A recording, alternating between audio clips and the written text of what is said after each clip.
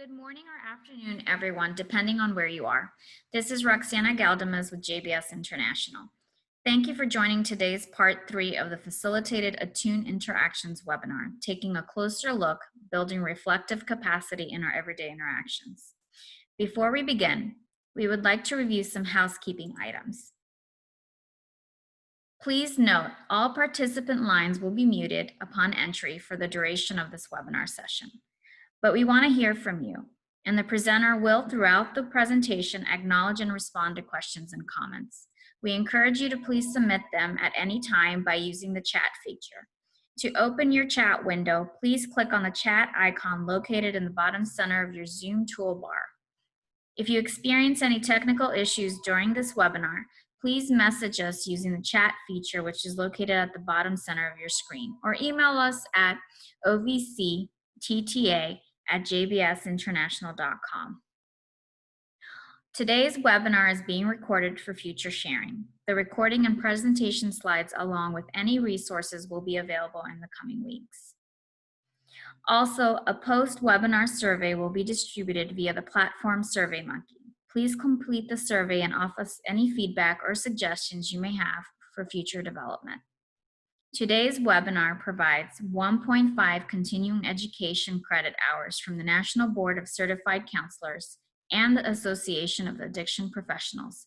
If you are interested in receiving CEUs, please email your name and email address to ovc-tta@jbsinternational.com, and a certificate will be emailed to you within the coming weeks.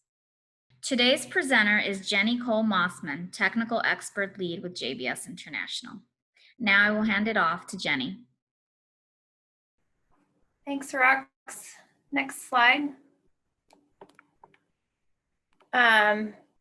If you've been watching this, some of these slides are going to be a review, and I always put this one up here just to remind us that lots of us that are on here work with victims of crime, families in need, vulnerable people, and your work was already hard, but it's gotten harder because of the circumstances we are all in. I know today I've got 2 kids at home doing Zoom school downstairs, and 1 kid that's actually in school, and 2 dogs, and I think they're mowing outside, and all sorts of things that might be going on for you. So the series that we've been doing has talked about taming tough emotions, the first part of the FAN, and then looking at our critical thinking skills, and then this is the last part. And it's really designed to help you remember what you can do. So you might know some of these things or all of these things, and if so, this is really just a reminder and to help you bring them to your attention and help you be intentioned about doing them. So just hoping to add something to your tool belt as you walk through this kind of difficult time taking care of staff, colleagues, family, friends, and yourself. Next slide. Most of the material that I'm about to present is derived from my previous employment at the Center on Children, Families, and the Law. Through some grant funding and a lot of collaboration and meetings, we were able to establish the Nebraska Reflective Practice Center, which was part of a larger project that I worked for, the Nebraska Resource Project for Vulnerable Young Children. So this material is from the Model of Reflective Practice designed by Linda Gilkerson at the Erickson Institute, called the FAN, or Facilitating Attuned Interactions. So with much gratitude where this came from, and gratitude to OVC and JBS for allowing me an opportunity to share this with you today. So this is not the full FAN training. It's just to help you conceptualize these concepts and think about them. For the full training, we'll be having a webinar in early September with Tori Graham from the Erickson Institute, and she can talk with you about what the full training would look like. Next slide. So each time we've begun with a little mindfulness practice. Much of what we discuss when we talk about the FAN is an attempt to stay present with others. And that's difficult to do when we have so much going on and other people have so much going on. So we begin by feeding ourselves just a little bit to get today, because we cannot pour from an empty cup. So I'm going to invite you to try to tune out distractions as best you can. If you can put some of your cell phone and devices away, if you're able to do so, or close your door or put in headphones, whatever you can do to try and give yourself the full attention today and give yourself this time. And we'll begin with this mindfulness practice.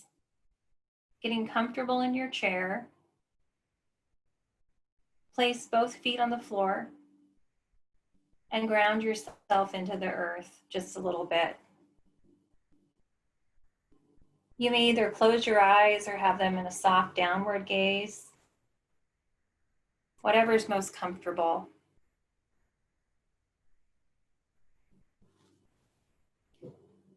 And begin to notice your breath just as it is. Feeling it come into your lungs and feeling it leave your body, different perhaps than maybe when you drew it in, but just sitting for a moment and being present. You will hear sounds and you will have thoughts that come into your mind. Just let them roll in and roll out like a tide. Practicing meditation and mindfulness means we are always in practice, not perfect. Just breathing and noticing the sensations in our body. And today we draw attention to our breath.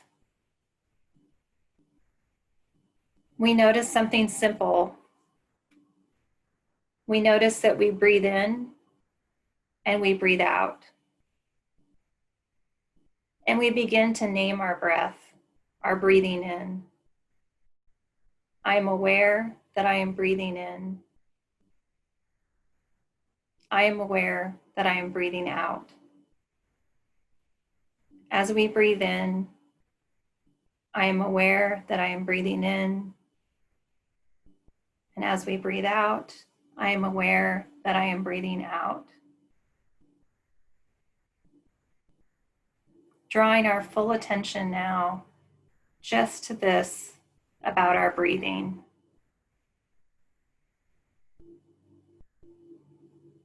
I breathe in and I am calm. I breathe out and I smile.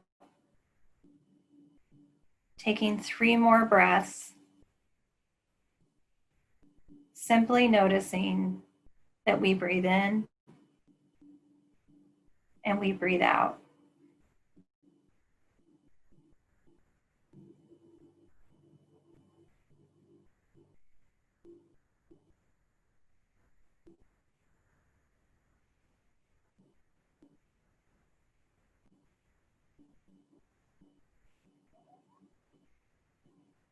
And now we begin to come back to the present, to bring our awareness back to where we are today, together in this webinar. We wiggle our fingers and our toes. We may begin to open our eyes, and we allow ourselves to shift back into focus, leaving whatever distractions behind us and ready to absorb what is in front of us. Next slide. So we're going to begin today and hopefully get warmed up using the chat box. And we begin today with the question, how are you today? So if you wouldn't mind typing in the chat box, just taking a moment to type in the chat box, how are you today?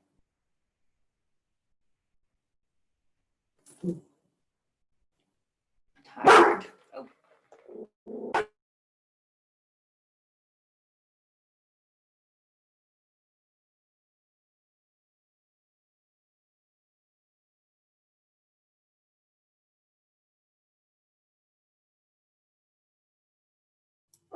Feeling good, feeling productive.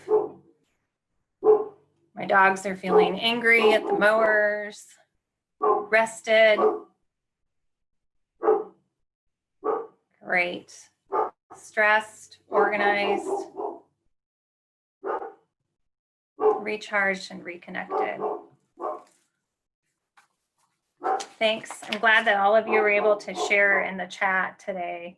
And I think that it's nice to see how other people are doing. There's a lot of people that are in the same place. Not all of us, but some of us are feeling great. Some of us are tired, worried, but all of you, there's somebody else in the chat, I think, that is with you today. So thinking of that today as we go through our work. Next slide. So on our agenda today, you'll notice that we're going to review some of the same things about the FAN and reflective practice.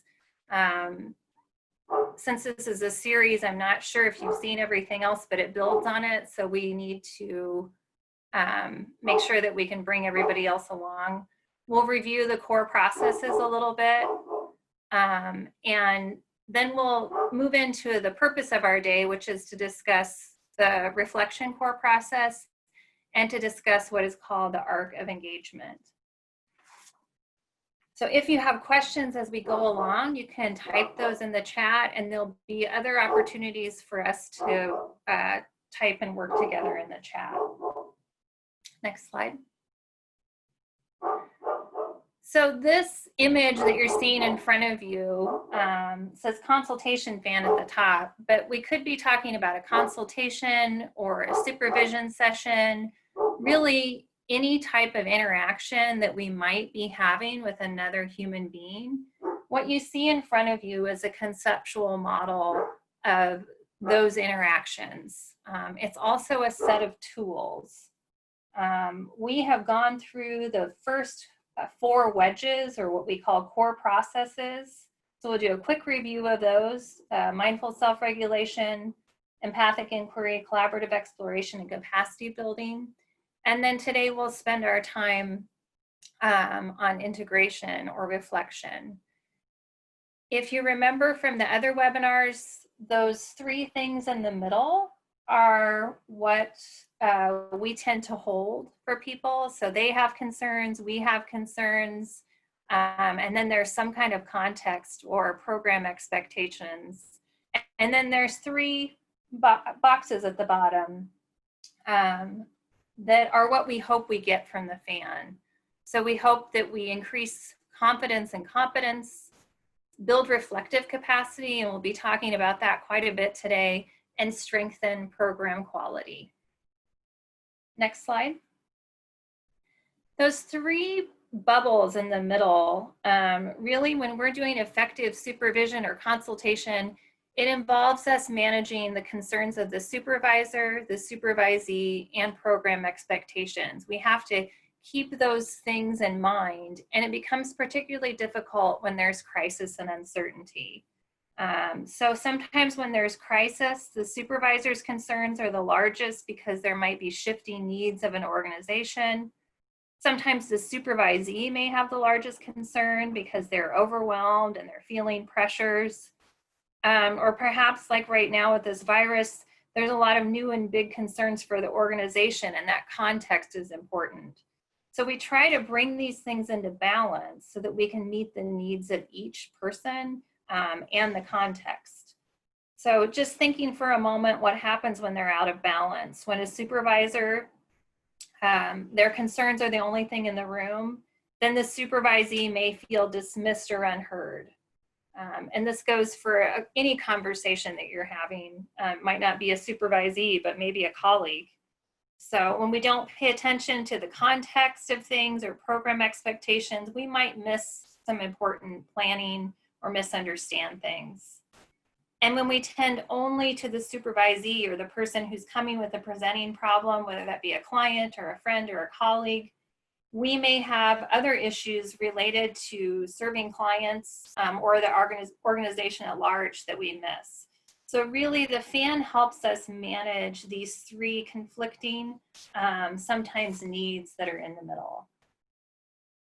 Next slide. And the fan is based upon the concept of attunement. If you remember, attunement is the key to change. So when someone feels truly understood, known, the attunement that occurs creates a space where it's possible to try new ways of interacting.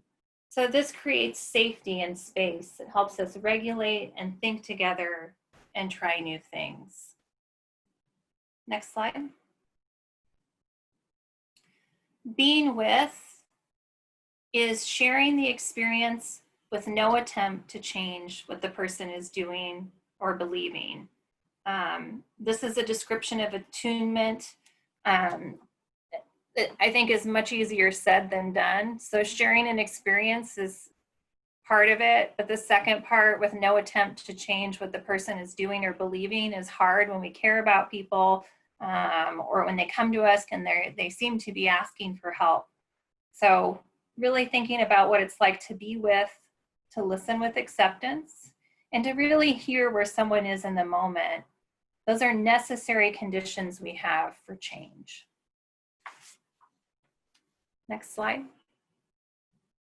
So with attunement, interactions flow. And in terms of the fan, when we think about attunement, it usually means that we are in the same core process of those after mindful self-regulation. We're either usually both in feelings, or someone's presenting with feelings and we have met them with empathic inquiry. Someone is thinking and we've met them with collaborative exploration, or someone is ready to do something and we have met them with that capacity building. So those interactions tend to flow, they feel good, and we want more of that. We want more of that matching. Next slide. But oftentimes there is mismatch. If you remember from the previous webinars, it's about 70% of the time that we are in this misattunement and repair, or rupture and repair if you're in early childhood mental health. But when misattunement happens, that's when repair is possible. So when you do something that doesn't work, you have the opportunity to learn something and grow closer. So thinking about that, repair is this opportunity to learn something and to grow closer. It's also a professional competency. It's a skill that you want to build and an opportunity for mutual growth. So the fan helps us attune to others and to repair when misattunement happens. And it will. There will be times where people will come to you in empathic inquiry and you will try to cheer them on, which is actually capacity building, and there will be a misattunement. But we can make a repair, and we can try to attune with them. Next slide. So the fan is not linear. So when we look at this, what we really want to do when we think about matching and being attuned is meet people where they're at. And this is a guide for supportive action when it's needed, corrective action when that's necessary, but they're both using a reflective approach. So I'm just going to real briefly touch on each one of these, and then we'll review a little bit deeper. Next slide. So mindful self-regulation, this is getting ourselves present and ready. This is taking that mindful moment. It's reading our own cues, using strategies that we have to bring ourselves back to the present. Next slide. Empathic inquiry is when we can be with our colleagues and their staff and their feelings and listen with acceptance. Those strategies of holding, validating, and containing or bridging feelings, and helping people to move on to the slide that you see in front of you, which is collaborative exploration. This is when we believe in people's ability to think through their own problems without an urge to fix it for them. So we are guiding and supporting them. It's the pause before doing and giving up some of that control to fix. Next slide. And then capacity building. When colleagues or staff or someone comes to you and they know what they need to do, but they just need a little bit of support or guidance, it's the doing. They're ready to do, and we offer them capacity building. The goal of this process is whatever we work on with them stays with them. So we're truly building their capacity in this process to do things on their own. Next slide. And we do this by reading cues. So some common things that we might want to think about when we're trying to determine where is somebody and where am I. So that first core process, mindful self-regulation, is for us. When you are dysregulated and feeling out of balance, you need mindful self-regulation. That's my cue that I need to use those strategies. I know someone is feeling when they show up with strong emotions, or they're dysregulated, or sometimes when they're checked out and you feel like you can't reach someone. Then I know that I want to offer them empathic inquiry. When someone is calm and they come to me with an issue and they want to figure out what to do, I know that they're thinking, so I offer them collaborative exploration. When a person is regulated and focused and they can see things from all sides, or they just need a little bit of information or help, I know that they are in doing, and I offer them that capacity building that we talked about last time. And then today we'll be talking about reflection or reflecting. So sometimes, and since the fan isn't linear, thinking about this may happen at any point in the conversation. A person may have insights, or they might be kind of ready to pull together some takeaways from your time together. And when that's happening, we offer them some integration. Next slide. So in the first and the second webinar, we talked about these more in depth, and these ideas build on each other.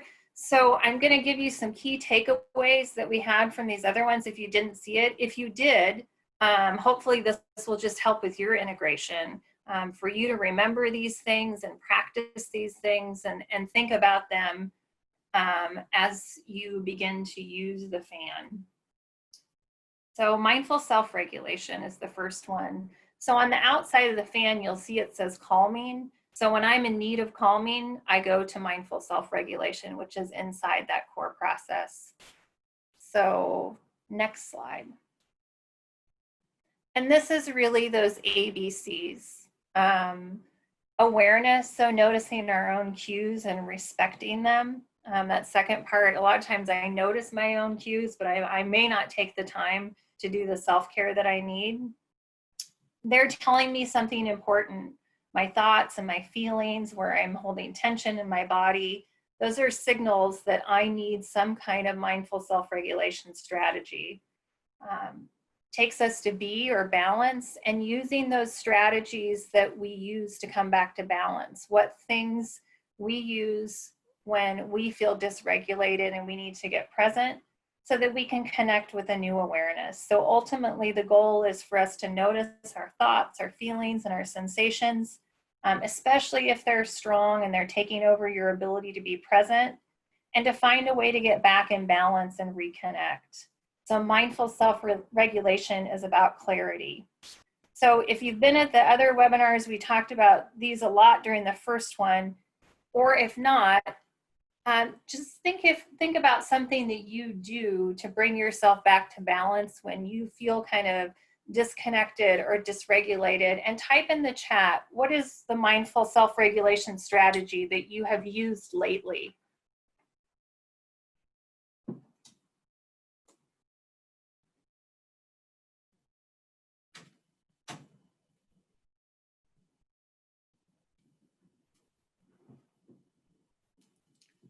What have you been using when you feel dysregulated? You type that in.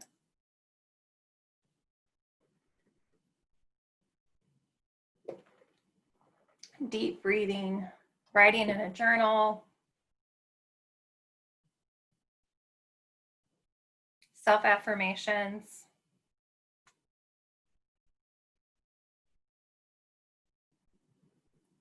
Oh, finger holding.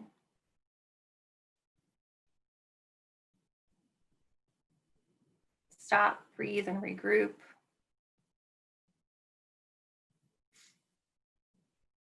Walking or moving. All of these are good. And just wanting them to be in the chat so you can see them. Stretching. I've got my tiny dog sitting on my lap right now, so I pet her sometimes for my mindful self-regulation.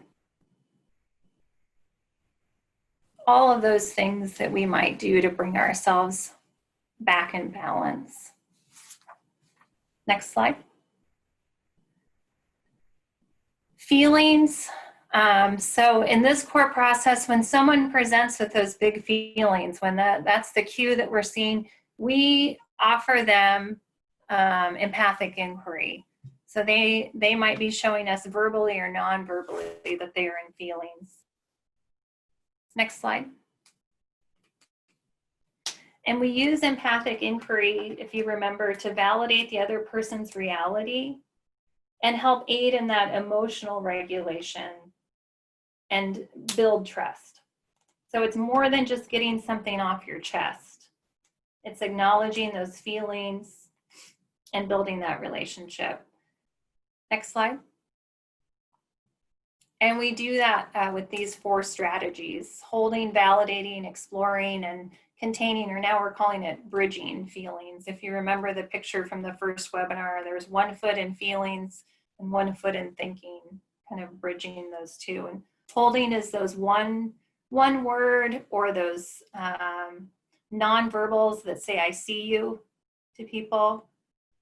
Validating is saying somehow that you're there with someone. You see them, you're not necessarily agreeing, but you see them. You see their felt experience. Exploring is learning a little bit more about what their felt experience may have been. So that non-judgmental curiosity. And bridging or containing is when we've held, validated, and explored, but someone can't quite seem to move forward, we offer validation and an invitation to move to think. Remembering that we can't bargain people out of their feelings. We can meet them there and hope we offer something that will help them to move forward. Next slide. So when we know that people are thinking about something and they want to talk through something, they want to understand an issue, and their affect is contained, we offer them collaborative exploration. We tend to answer so quickly that we jump over the invaluable experience that someone already has. And we often place the responsibility for solutions just upon ourselves as supervisors or as colleagues. You might be the person everybody comes to, but we want to fix it. And collaborative exploration helps reduce that emotional burden of the work, and it takes the pressure off of us for instant answers. It also helps build our critical thinking skills and the person that we're with and their capacity to approach problems in a collaborative way. Next slide. Collaborative exploration is the place that allows for more cultural and contextual differences to emerge. And thinking too about that third bubble when we see the fan, and that context is really important. And we don't want one of those things to get too large or too small. It gives space, helps us approach the issue from both our experience and not knowing, and wanting to understand the meaning that the person is giving us. We take time to explore views without imposing a final solution and consider all the options. So thinking of collaborative exploration as a spotlight shining down on what the true issue is. We think together and we make plans in collaborative exploration. Next slide. And we try as hard as we can to stay off the fix-it train. So Beth was so nice to do that activity with me since we couldn't be together when we did this work with the fan, but trying to not just give people the answers, but to really think collaboratively. Next slide. So fixing is when we see things through our own experience. We're going to come up with the solution with our idea of the problem. We're not really able or willing to take in perspective, and it's usually full of those good intentions. We want to help people and we know just what will do it. But collaborative exploration is what we strive for when people come to us and their thinking and their affect is contained. We want to be fully present, listen to their experience without judgment, and work together. And then this is really, sometimes people think it's in capacity building, but really in collaborative exploration is where we're planning that best way forward based upon their experience, and we're offering some support and thinking. Next slide. So it's these things, and these were the questions that were attached to the second webinar that we are looking for and thinking with people about when we are in collaborative exploration. What they've tried, what's worked, even just a little bit, what other people think about what their problem is or the issue that they're bringing, but also really calling attention to whether or not they feel ready to try this new way. So because the fan isn't linear, this might be where we may go back to feelings for a minute. If the person isn't ready, and they may start to have some feelings about thinking about trying something new, planning our first steps, and then really helping them to anticipate the doing. So what will it look like? What will be the first thing that they will do? What will it feel like after they do that? Thinking together. Next slide. And then we talked about capacity building, which is typically, I spend a third day after 6 months of mentoring, and we talk about capacity building because this is a difficult core process for people. But when people are ready to do, when they see multiple perspectives, they're contained, and they just need some support. So they're calm and they're open and they're ready for change. Next slide. So again, works best when you yourself and the other person are regulated, when you can both see multiple perspectives and the other person is open for change. I think that probably goes for both of the people, but having all three of those conditions necessary. Next slide. And these were the strategies that we talked about. We won't go through them, but you can just take a minute to remind yourself if you're on that webinar or to take a look at them. Highlighting capacities, asking them what they know, giving little bits of information, that inviting to practice or role playing, watching for those moments. And then there is a way to use the fan in capacity building to intervene for support performance improvement. Next slide. So today we're going to talk about reflection, or that final core process. So when people are reflecting, we want to offer them some integration. But first, maybe thinking about reflection and reflective practice, because the fan is a form of reflective practice. There's others out there. I like this one because of the conceptual model and these tools. And a lot of the tools people know and they already use, but thinking about using them together at the right time. Next slide. So I was ahead of myself, which is ironic because we're talking about pacing, but reflection is pacing. offering things at the right time, but also slowing down the process. So in order for us to understand reflective practice, and particularly the integration core process that we're going to talk about, we think about how reflection enables emotional regulation. It helps us to think before we act, that mindful self-regulation. It involves reading the cues of other people and giving time for them to process and giving time for thought. Reflection also respects time for the supervisor or us to process, and taking time to be still before we're going into meeting with people or as we're going on to our next meeting. But really pausing to consider before jumping to conclusions, and respecting the time for thought. Next slide.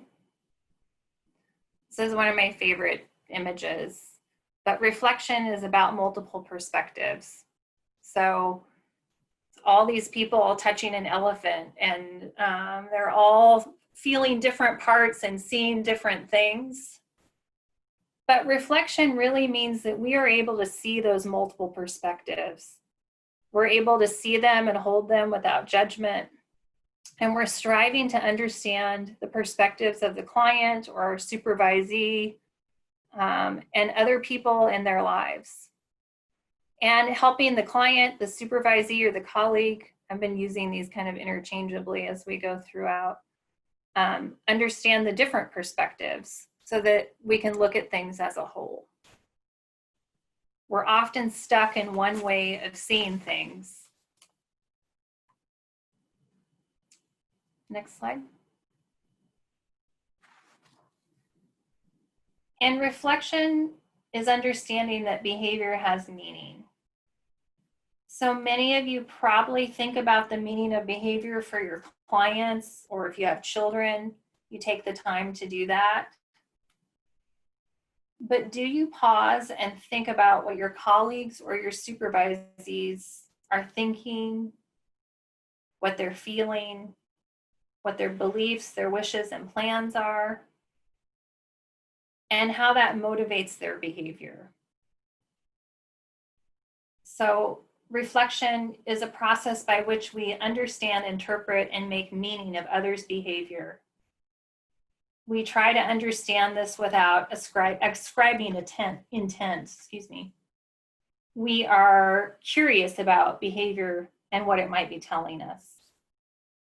So for example, we're going to use our chat box again. If you have someone that shows up late to meetings, to trainings, to all of the things, to Zoom meetings now, in the chat box, what does that mean? Type what it means when that person shows up late, what it means.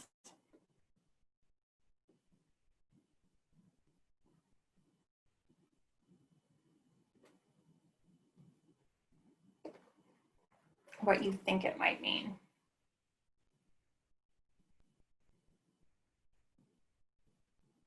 Someone gives them the benefit of the doubt. There must be something going on. They're having trouble prioritizing. You all are really nice. Sometimes people might think that they didn't want to come to the meeting, that, yeah, they might have difficulty with their time management, they aren't organized.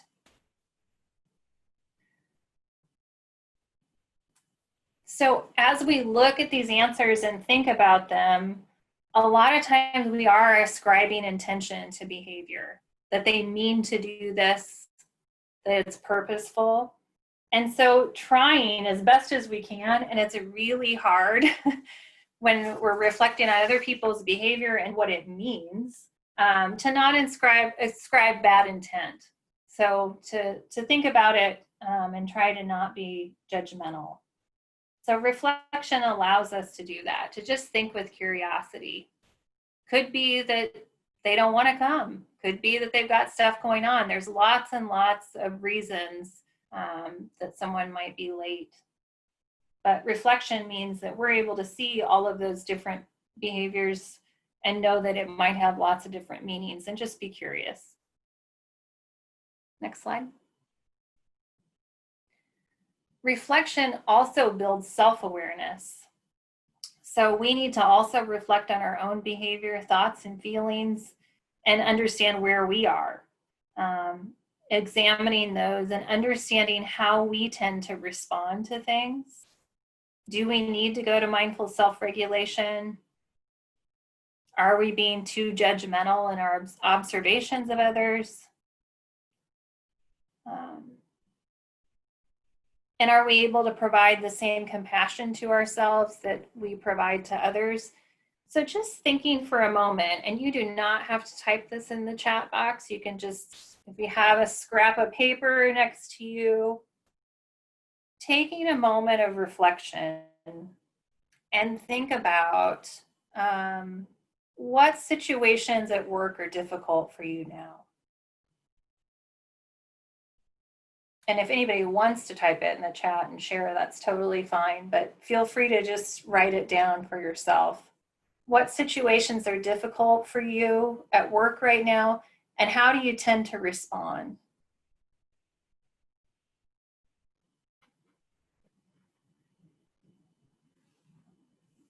And how would you like that to be different?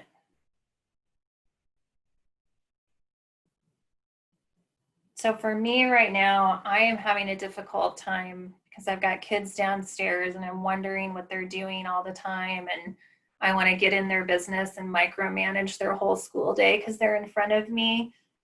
And that makes it hard for me to focus at work sometimes.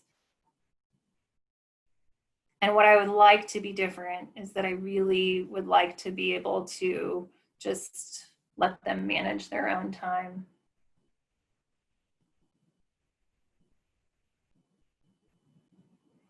So just a moment of reflection for you.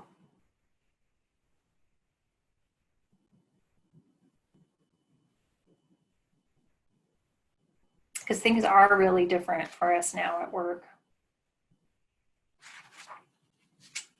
Next slide. Reflection also helps us make better decisions. So when we strive to understand others and ourselves, when we pause and we take time to think, we make better decisions. Next slide.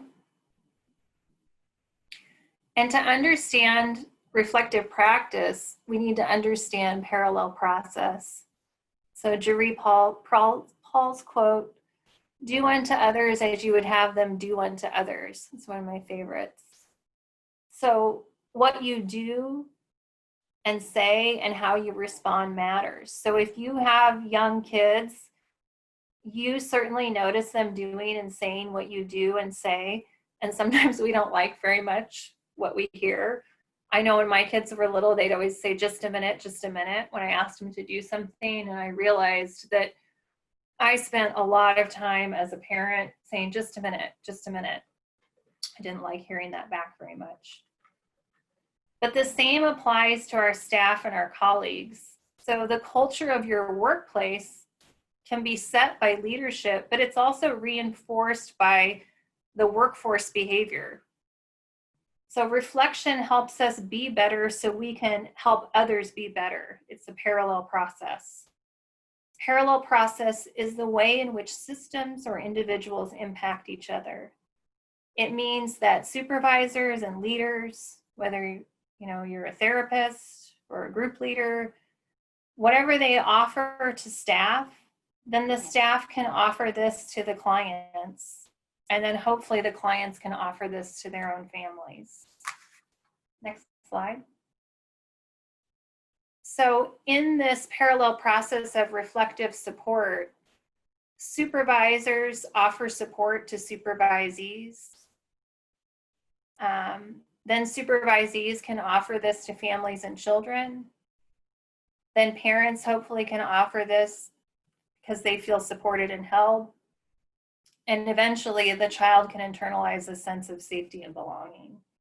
So that's just one example in a child welfare profession, what this parallel process, this trickle down might look like. So what is received can then also be given. So take a moment and just think about within your role in your organization, who you support directly and who they trickle down to. So think about, who do I support and what can I give them? And then who would that trickle down to?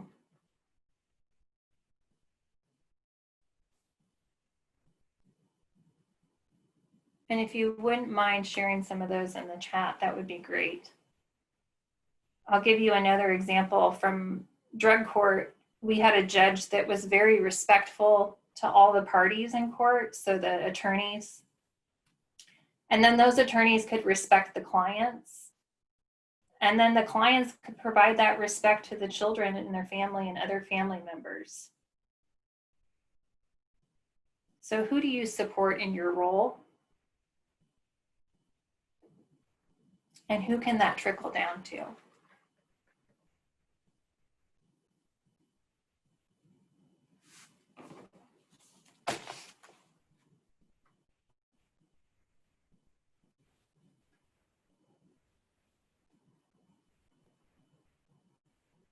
Take just a minute to type those in.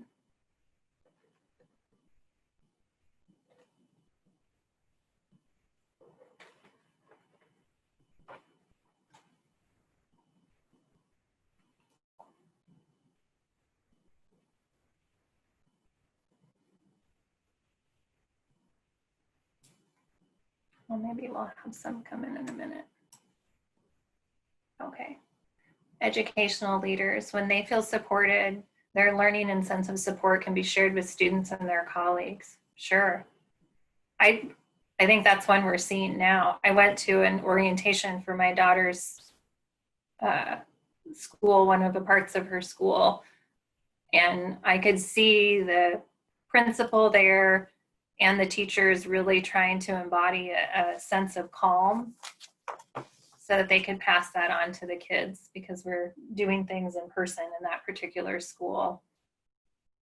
So they were providing that. It's a good example. Okay, next slide. Next slide. Oh, sorry, you did go next slide. So what we've been practicing and thinking about is this reflecting.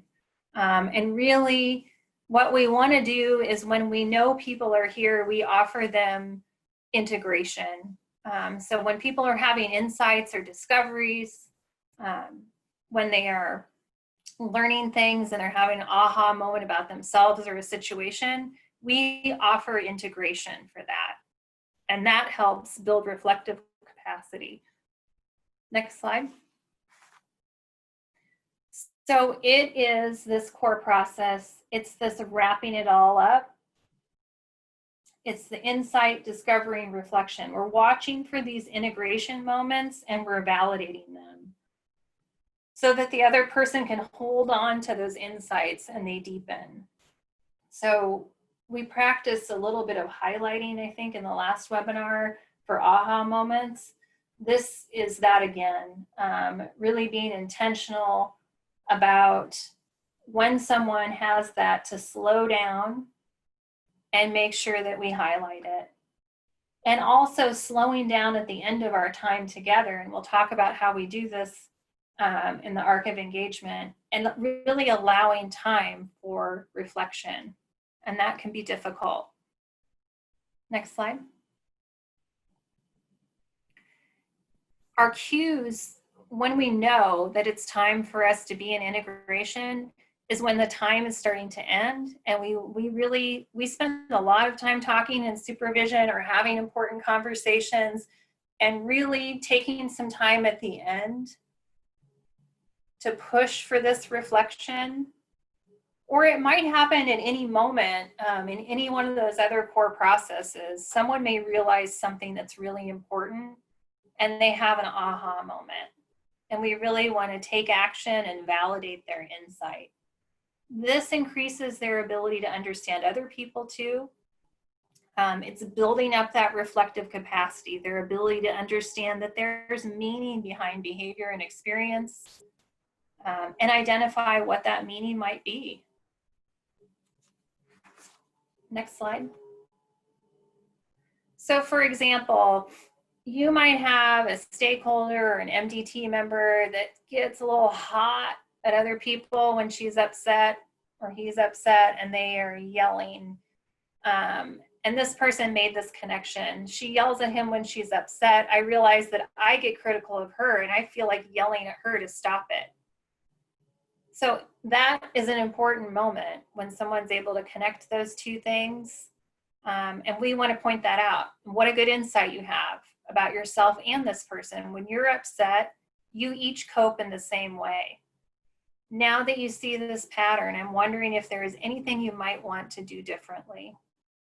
So we might, it's just that moment, and then we might be going back to, in this case, what looks like collaborative exploration, thinking about how things might be different. Next slide. So taking just a moment when we're thinking about this and thinking about how are we doing so far today, and take just a second in the chat box. Do you feel like you have a broad understanding if you've been following along? And do you feel like you understand reflection before we move on? Because we're going to kind of go off the conceptual model of the fan. So I want to know if there's any questions.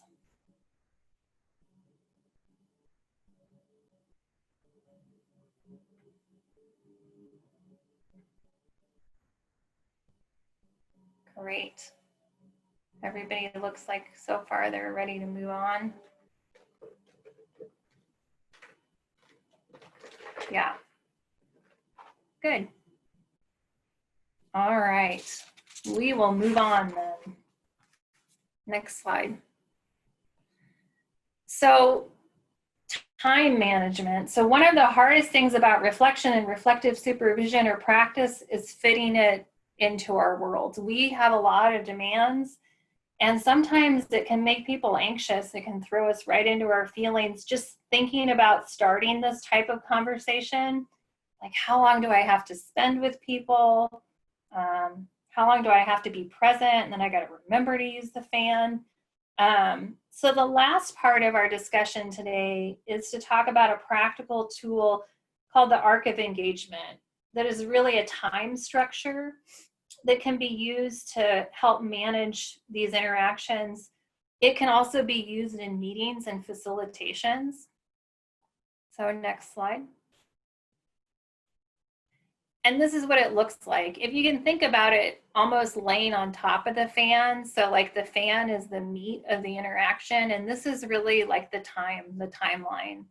So before we go into a meeting or a contact, we think, how am I? Like, what do I need to do to be fully present? I made sure I had some coffee before I came in here, got my kids settled, took a couple of deep breaths, reviewed my notes, and then I can be fully present.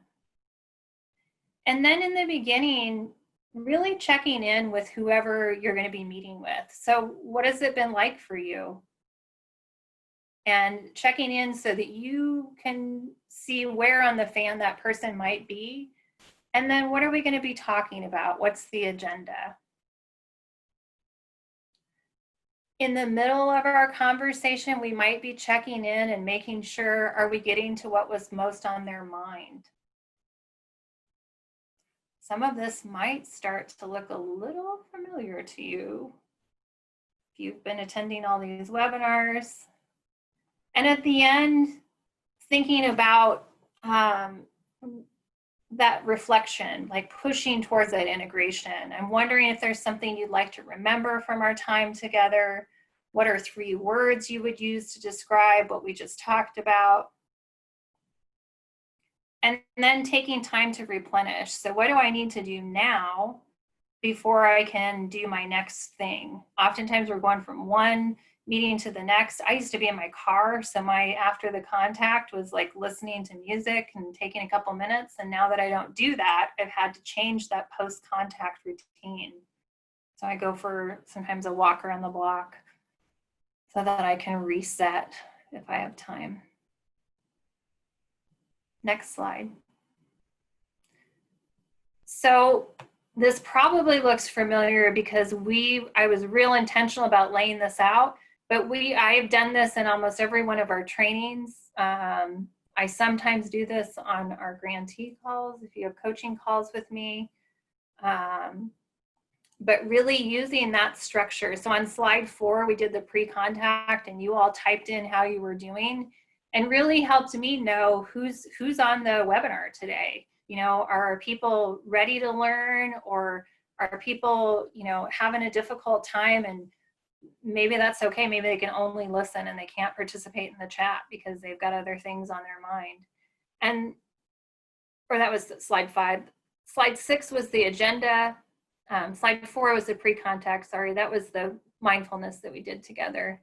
And then I just asked you the middle art question, and you all so kindly typed in, and does help me know, like, you understand the fan and you're ready to move on. Because if I don't check in, you might have been thinking about questions or other things, but really making sure that we got to what we needed to get to so far today.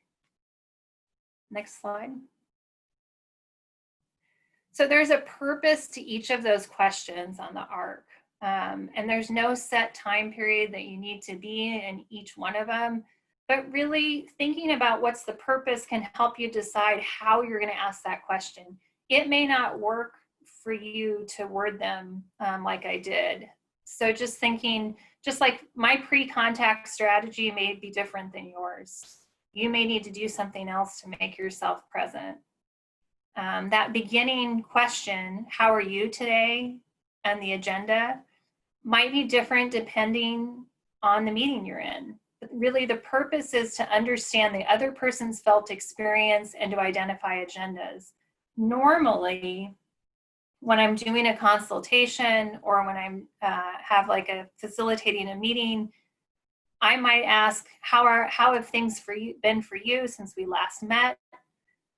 And have them answer, and then I might take those answers and identify the agenda. Sounds like we need to talk about the following things. Is there anything additional that you would want to put on our agenda today? So that's a place where you can share and collaborate with the agenda. I used to meet with a group of attorneys, and sometimes we actually still do meet so they can discuss their cases. And if I had said, how have you felt since the last time, that's not a question that would have gone over well with them. Or if I said, how are you? That also did not go over well. So I would say, what's most been on your mind since the last time we talked? That is how I would change that beginning question. And that would help me identify what the agenda of our time was going to be together. It helped me figure out where they are on the fan. If you remember from the other ones, the conscious attunement. So thinking about where they were at, and then me being able to meet them in that place. If nobody is in feelings and I'm talking to a group, or if my consultee is not in feelings, I want to meet them where they're at. I don't want to ask them about their feelings anymore. That middle arc question, are we getting to what was most on your mind? You know, is there anything else that I missed today? Is really that sharing power and collaborating, not just assuming that things are going well and that everybody's on the same page, but consciously taking a moment to check in. That one is difficult and feels awkward to people at the beginning, but the longer you use the arc of engagement, the more I tend to use that middle arc question, and it might be towards the end, but it really can help you shift gears too. If you have multiple things on your agenda, it can help you move forward. And then the end, and this really goes with what we talked about today, which is building reflective capacity and integration. some kind of question that provides closure. So, what will you be taking with you today? I used to always ask my attorneys, what will you keep thinking about? A couple of my judges that I used to do consultation with called it their sticky note moment. So I would sometimes ask them what's going on the sticky note for this time. And that meant the one thing they were going to remember and stick on their bench for the week to be intentional about. So as long as the question fits with this purpose, you can change it to fit the person or the group that you are meeting with. Next slide. So this before the contact is one that often also gets missed because we go from meeting to meeting. We have people popping in the middle of stuff. We've got appointments back to back, and really thinking about how can we be intentional so that we can be fully present. It's that mindful self-regulation, but it's practice. If you remember from the first webinar, we talked about that mindful self-regulation is on a continuum. So at any time, whether we're hungry, tired, busy, have other things going on, we might be from a 0 to 10 at any time on this continuum.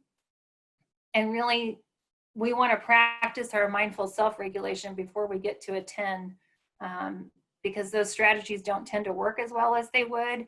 If we can use them when we're at 2 or a 3 to keep us at a 2 or a 3, that tends to work better. So thinking about what we would do before. Next slide. So I'm going to give you an example of a pre-contact routine. I'll give you a couple examples, but the fan is used a lot of times for home visitors. So between home visitor and their client. And this one uses a combination of breathing, grounding, and self-talk. So the home visitor would pull up to the house, turn their car off, and they take a deep breath.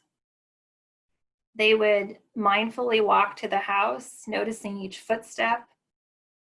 And when they get to the door, they place one foot and the other, pausing for a moment to kind of ground themselves with their feet planted. And then they would knock in the same way. So 2 knocks and then 2 additional knocks. And as they were doing this, they were thinking, I'm here to listen.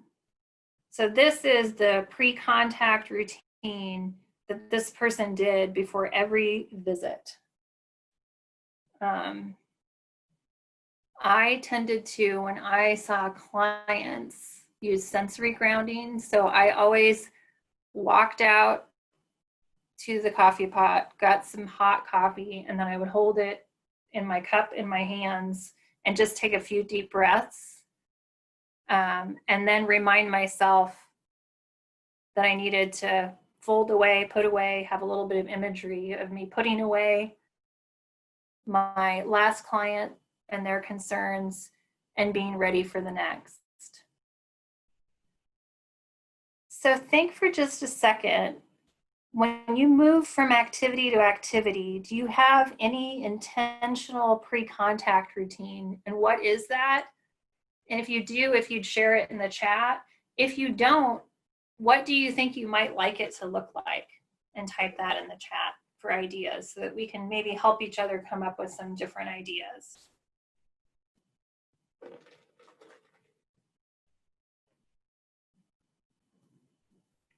Maybe you can think of some good ones when you're moving from Zoom to Zoom. What is the pre-contact routine?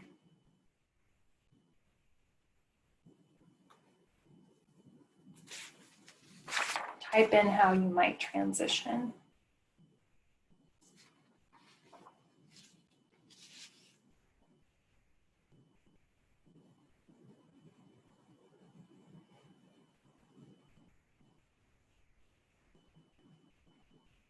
Taking time for a few breaths. That might be all we have time for sometimes in between Zooms. As we're doing this, I'm having an insight that I have a bad pre-contact routine because I go downstairs and check on everybody else instead of checking in with myself. So highlighting my own integration moment. Maybe there'll be a few more that come in. Using a yoga tune-up ball, roll your feet out. Nice. That definitely could be, especially if you're working at home, just doing a child's pose or something that might make you feel grounded. Okay. Next slide. So the ARC is helpful when you have a set amount of time to meet with someone, but it also can be helpful in organizing. And if you work with people, which my guess is that you do, that have experienced a lot of trauma or have a lot of vicarious or secondary trauma, having the ARC to structure that time and have it be predictable for people is regulating, it's containing. So the ARC can be used in those situations where you might have like a brief encounter with someone and you need to focus your attention and you want to make that short interaction calmer and more collaborative. So supervisors who are caught in the hall or in consultation when they only have a few minutes, this might happen less because a lot of us are at home. But maybe someone's checking in with you on chat really quick. So it's those moments when someone stops you and has something and you're in between things, and using the ARC to kind of contain that time and help that person feel heard and connected. So it's much the same, taking a moment. So for example, you know, if a staff person is coming to you and saying, I think I blew it in this meeting yesterday, can I just talk to you for a minute? Or oftentimes people don't ask permission. They just say, I think I blew it in this meeting. And taking a minute, using a little self-talk, I'm going to focus on this person for the next few minutes. What was the meeting like for you? That might be the beginning check-in question. Tell me more. They might tell you a little bit more.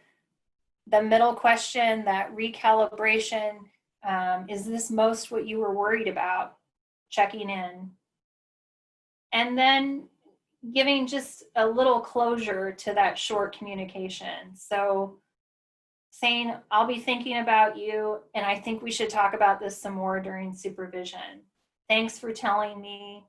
I'm going to remember this and bring it back up.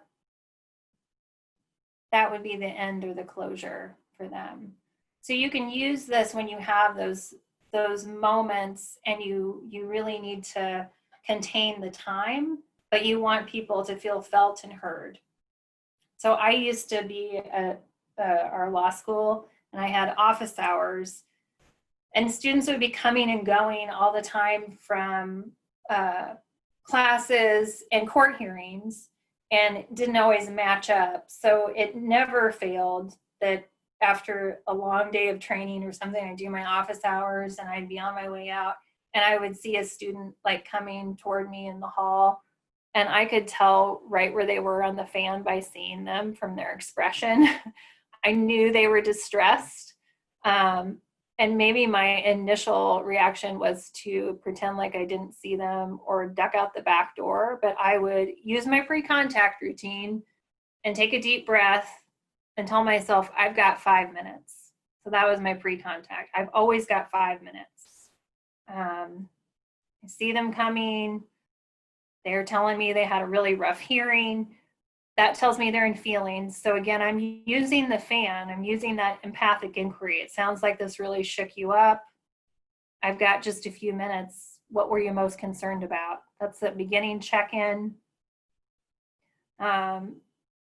Usually would tell me with lots of feelings. Again, I know where they're at. I've done that beginning check-in question. I know they're still in feelings. And I'm going to offer empathic inquiry. It sounds like a lot, just validating those feelings. Sounds like you wish that you had asked better questions, or it sounds like a parent was really upset with you, whatever the case may be.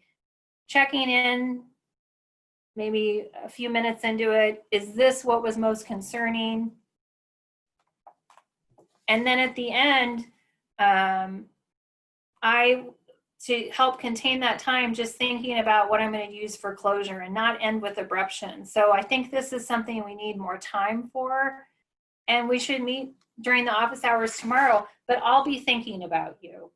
I can't tell you the number of times saying just that simple thing, you know, I'm going to be thinking about you, or I'm going to be thinking about this issue some more, and let's talk about it the next time we meet, really was a way that provided closure for people and helped them continue to think about it. And a lot of times the students would come back and say, you know, I thought about it too, and I realized this. So they had an integration after they left me. So it really was a push for them to have an integration moment and contain that time. So we only had about 5 minutes together. So that's one way that we can use that arc, that structure, and the fan in a short interaction that we might have when someone maybe has caught us off guard and we want to provide some containment. Next slide. Okay, don't play it just yet. Hold 1 second. So normally when you do fan training, you get to do lots of practice.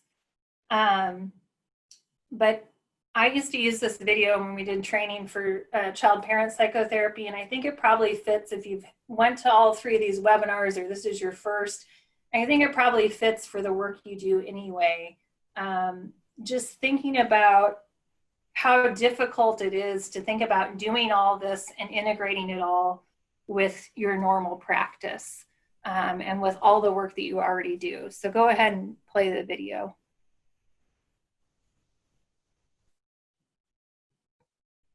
Some people like to climb mountains. I like to build planes in the air.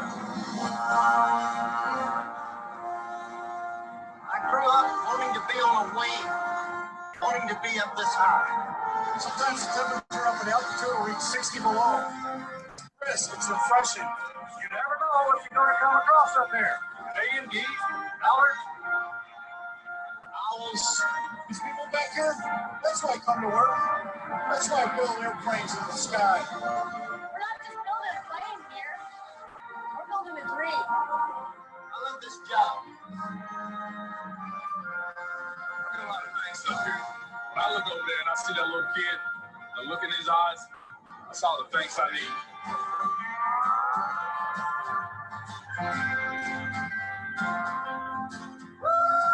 Okay, you can stop it.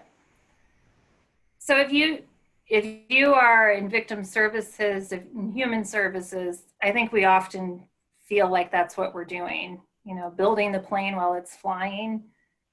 And then again, to add this onto it, like there might be several things that you already do, and being intentional about even doing a few of those can seem like you're adding even more. But really, thinking about how to do this in a way that's manageable might just be first in the noticing. So when we did our mindfulness practice today, I'm sure that all of you are aware that you breathe in and you breathe out, but really just calling attention to that and taking that moment helps bring us to a new awareness. So really noticing these things on a daily basis might be the beginning of using the fan. So just noticing and doing baby steps. So noticing which interactions work well and which do not might be a first step. Or thinking about one core process, like mindful self-regulation. You don't even have to follow through with your mindful self-regulation, but even noticing that I need to be using mindful self-regulation, and then maybe adding using your strategy. Setting up and writing down and trying a pre-contact routine with intention, or just 1 or 2 like the beginning and the end arc question. Those are ways that you can just start using, and then just over time layering on a little bit at a time. So the fan usually takes a long time to learn. It's a new way of interacting and new skills. And you might have to unlearn things as well. So if you're a fixer, like I am, collaborative exploration is a place where I have to unlearn a lot of things before I can put those strategies into practice. So in September, like I said, Erickson's going to be doing an overview of the formal training, and typically this has a mentoring process that goes along with it. So when I trained this before, I would spend 2 full days with people, and we did a lot of practicing, and luckily we got to be in person when we did that. And then I would meet with them every month, and they would be filling out reflection tools, and we would be going over those, and we'd have a follow-up day. So if some of this seems like you really would be building the plane while you're flying it, it's just like you don't quite know what you're doing, just thinking about little pieces. And then to check out that webinar when Erickson discusses the full training. I learn something new every time I train this. Obviously I did today because I had the integration moment that I shouldn't go downstairs every time. But really I do learn something new every time I train this and every time I do a consultation session. So every time you're hearing this, and the more you hear it and use it, the more it becomes part of just how you interact. And then there is the opportunity for you to have some reflective consultation for you and your grantee staff.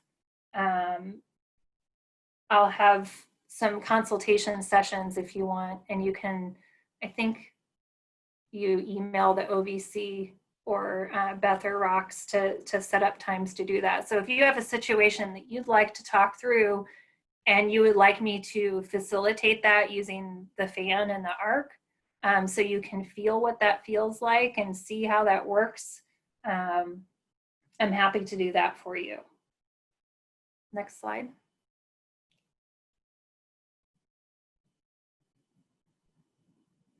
So this is our end arc. So we've been using this on every single one, but thinking about what is one thing that you're going to take with you from today and possibly try. So what is one thing from today's time that you will be taking with you or thinking about? And type that in the chat box.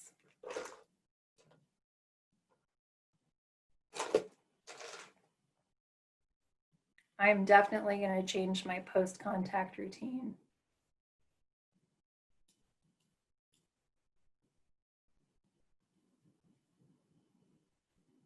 What's something that you will be taking with you? Some of the questions, being more aware of routines from beginning and ending.